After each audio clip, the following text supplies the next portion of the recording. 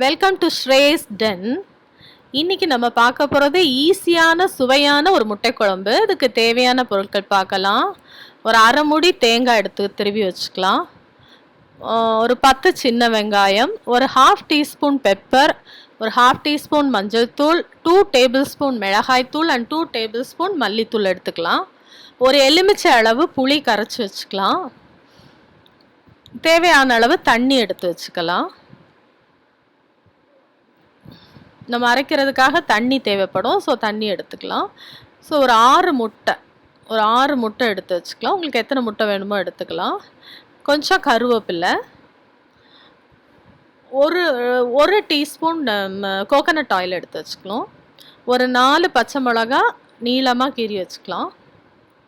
தேவையான அளவு உப்பு எடுத்துக்கலாம். இப்போ நம்ம எப்படி செய்கிறதுன்னு பார்க்கலாம். ஃபஸ்ட்டு ஒரு மிக்ஸி ஜார் எடுத்துக்கலாம். அதில் நான் அரை மூடி தேங்காய் திருவி வச்சுருக்கோம் இல்லையா, அந்த தேங்காவை அப்படியே ஆட் பண்ணிக்கலாம். தேங்காய் போட்டுட்டு அப்புறம் நம்ம மசாலா எடுத்து வச்சுருக்கோம்ல, சின்ன வெங்காயம், மஞ்சள் தூள், பெப்பர், மிளகாத்தூள், மல்லித்தூள் எல்லாத்தையுமே ஆட் பண்ணிக்கலாம் இதோட. ஏன்னா நம்ம எல்லாத்தையும் சேர்த்து தான் அரைக்க போகிறோம். ஸோ எல்லாத்தையும் டைரெக்டாக நம்ம ஆட் பண்ணிக்கலாம். ஆட் பண்ணிவிட்டு அதில் கொஞ்சமாக நம்ம தண்ணி ஊற்றிக்கலாம். ஏன்னா கிரைண்ட் பண்ணுறதுக்கு கொஞ்சம் நல்லா ஸ்மூத் பேஸ்ட்டாக பண்ணணும். ஸோ கொஞ்சமாக தண்ணி ஊற்றிட்டு நம்ம கிரைண்ட் பண்ணி எடுத்துக்கலாம். இப்போ பாருங்கள், நல்ல ஸ்மூத் பேஸ்ட்டாக அரைச்சாச்சு. இப்போ நம்ம என்ன பண்ணுறோம், ஒரு மண் சட்டி வச்சுக்கலாம்.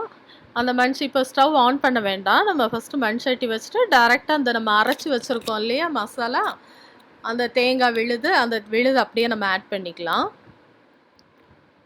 அப்படியே போட்டுட்டு நம்ம அந்த மிக்ஸி ஜாரில் கொஞ்சமாக தண்ணி ஊற்றிட்டு அந்த தண்ணி ஆட் பண்ணிக்கலாம். இதுக்கு நம்ம ஃபஸ்ட்டு ஆயில் சேர்க்க வேண்டியதில்லை. டைரெக்டும் நம்ம ஸ்டவ்வும் ஆன் பண்ணிக்கலை. ஸோ டைரெக்டாக ஒரு சட்டி வச்சுட்டு நம்ம அந்த மசாலா போடுறோம். போட்டுட்டு நம்மளுக்கு அதில் தேவையான அளவு புளி தண்ணி இருக்கு இல்லையா, அந்த கரெக்டாக தேவையான அளவு தான் எடுத்து வச்சுருக்கிறேன். ஸோ அந்த புளி தண்ணி அவ்வளோத்தையுமே நம்ம அதில் ஊற்றிக்கலாம். ரொம்ப ஈஸியாக பண்ணலாங்க இந்த குழம்பு. நம்ம அரைக்கிறது மட்டும்தான் வேலை, மற்றபடி எல்லாமே ஈஸியாக முடிஞ்சிடும். ஸோ அந்த புளி தண்ணியும் நம்ம ஆட் பண்ணிக்கலாம். பண்ணி நல்லா மிக்ஸ் பண்ணிவிட்டு 2 ஸ்பூன் உப்பு, தேவையான அளவு உப்பு போட்டுக்கலாம். உங்களுக்கு எவ்வளோ டேஸ்ட் பார்த்துட்டு தேவையான அளவு உப்பு போட்டுக்கலாம். போட்டு எல்லாத்தையுமே நம்ம நல்லா மிக்ஸ் பண்ணி விட்டுடுறோம். மிக்ஸ் பண்ணிவிட்டு இப்போது நம்ம ஸ்டவ்வை ஆன் பண்ணிக்கலாம். ஏன்னா இதுதான் இவ்வளோ தான் நம்ம மிக்ஸ் பண்ண போகிறோம். ஸோ மிக்ஸ் பண்ணிவிட்டு நம்ம ஸ்டவ்வை ஆன் பண்ணி ஹை ஃப்ளேமில் வச்சு நல்லா கொதிக்க விட்டுறலாம்.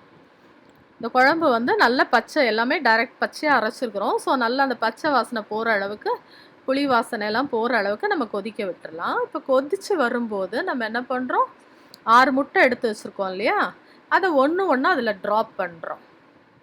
பாருங்கள், முட்டை அப்படி கலங்காமல் மெதுவாக உடச்சி ஒரு முட்டையாக நம்ம அதில் ஊற்றிக்கலாம். சைடில் அப்படியே ஊற்றிட்டே வரலாம். இப்படி நம்ம 6 முட்டையை நம்ம அதில் உடச்சி ஊற்றிக்கலாம். ஊற்றிட்டு இப்போது இந்த முட்டை வேகிறதுக்கு ஒரு 5 மினிட்ஸ் நம்ம கொஞ்சம் ஹையில் வச்சு மூடி வச்சுக்கலாம். முட்டை வேகணும் இல்லையா, ஸோ அது நல்லா வேகிற அளவுக்கு நம்ம ஒரு 5 மினிட்ஸ் விட்டுடலாம். மூடி போட்டு ஒரு 5 மினிட்ஸ் நல்லா வேகட்டும். இப்போ திறந்து பாருங்கள், அழகான ஒரு நல்லா கொதிச்சுட்டு வருது. நல்லா ரெடி ஆகிட்டுருக்கு குழம்பு. முட்டையும் நல்லா வெந்துருச்சு. இந்த டைமில் நம்ம என்ன பண்ணுறோம், பச்சை மிளகா ஆட் பண்ணிக்கலாம் கொஞ்சம் காரத்துக்கு. ஏன்னா மிளகா பொடி மட்டும்தான் நம்ம ஆட் பண்ணிக்கிறோம். ஸோ பச்சை மிளகாவோட டேஸ்ட்டும் இதில் நல்லா இருக்கும் ஆட் பண்ணோன்னா. பச்சை மிளகா பாருங்கள், முட்டை எவ்வளோ சூப்பராக சாஃப்டாக நல்லா வெந்துருச்சுங்க. ரொம்ப டேஸ்டியாக இருக்கும் இந்த குழம்பு. எல்லாருமே விரும்பி சாப்பிட்ற ஒரு குழம்பு தான். சாதத்துக்கு ரொம்ப நல்லாயிருக்கும். இதை பாருங்கள், முட்டை அவ்வளோ சாஃப்டாக நல்லா வெந்துருச்சு.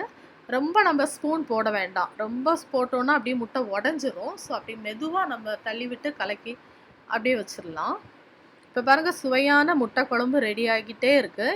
இந்த டைமில் நம்ம கருவேப்பிலை ஆட் பண்ணிக்கலாம். கருவேப்பிலை போட்டோன்னா அந்த ஸ்மெல் சூப்பராக தூக்கும். ஸோ கருவேப்பிலையும் ஆட் பண்ணிவிட்டு நம்ம ஒரு டீஸ்பூன் எண்ணெய் எடுத்து வச்சுருக்கோம். ஒரு டேபிள் ஸ்பூன் எண்ணெய் எடுத்து வச்சுருக்கோம் இல்லையா, தேங்காய் எண்ணெய். உங்களுக்கு ஒரு டேபிள் ஸ்பூனில் உங்களுக்கு எவ்வளோ வேணுமோ ஆட் பண்ணிக்கலாம். இப்போதைக்கு இது போதும். இந்த குழம்புக்கு இந்த ஒரு டேபிள் ஸ்பூன் போதும். ஸோ லாஸ்ட்டில் அந்த தேங்காய் எண்ணெய் ஆட் பண்ணிவிட்டு நம்ம ஸ்டவ் ஆஃப் பண்ணிக்கலாம். பாருங்கள், சுவையான முட்டை குழம்பு ஈஸியாக ரெடி ஆகிடுச்சுங்க.